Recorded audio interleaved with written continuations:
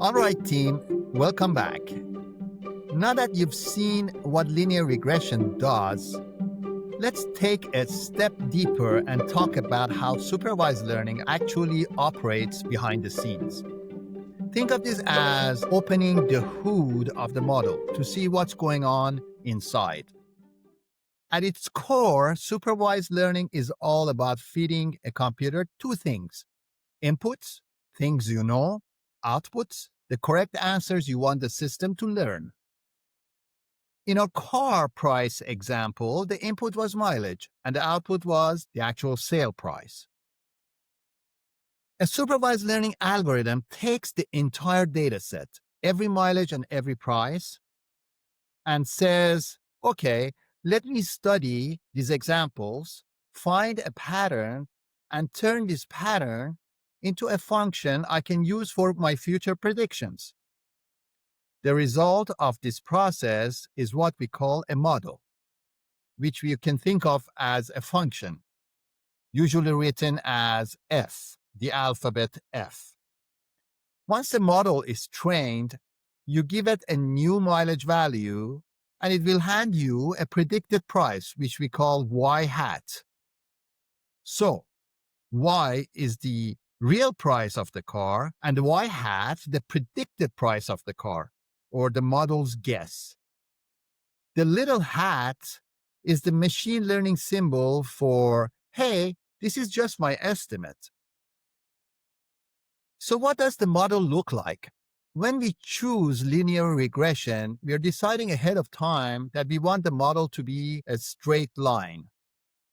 That line has a standard mathematical form, which is y hat equals wx plus b. Okay, let's break that down in plain language. X is basically your input. In our example, the mileage. Y hat is the predicted output. In our example, the car price. W is the slope, which is how much price changes for each mile. And finally, B is the vertical shift, meaning price when mileage is equal to 0. When you put these together, you get a simple, flexible rule the model can adjust as it studies the data. Once the algorithm picks the best values for W and B, that straight line becomes your trained model. Give it a mileage, and it predicts a price. Nice, simple, and effective. Now, let's visualize the model. If we plot all our training cars on a graph, meaning mileage on the bottom and price on the left, we will see a set of scattered points. Linear regression's job is to draw a line that passes as sensibly as possible through that cloud of points. Not necessarily through every point, that's impossible, but through the general trend of the data. The line you see on the graph is your model. So the question is, why even use a straight line? Actually, that's a very good question. That's because a line is simple, a line is predictable, it is very easy to compute, and a great starting point before jumping into complex shapes like curves, polynomials, or neural networks.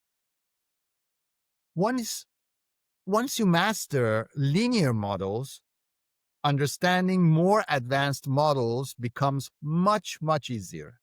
Think of this as learning how to ride a bike before actually hopping on a motorbike. The version of the algorithm with one input variable is called univariate linear regression. Uni meaning one and variate meaning variable. So one input, one straight line predictor.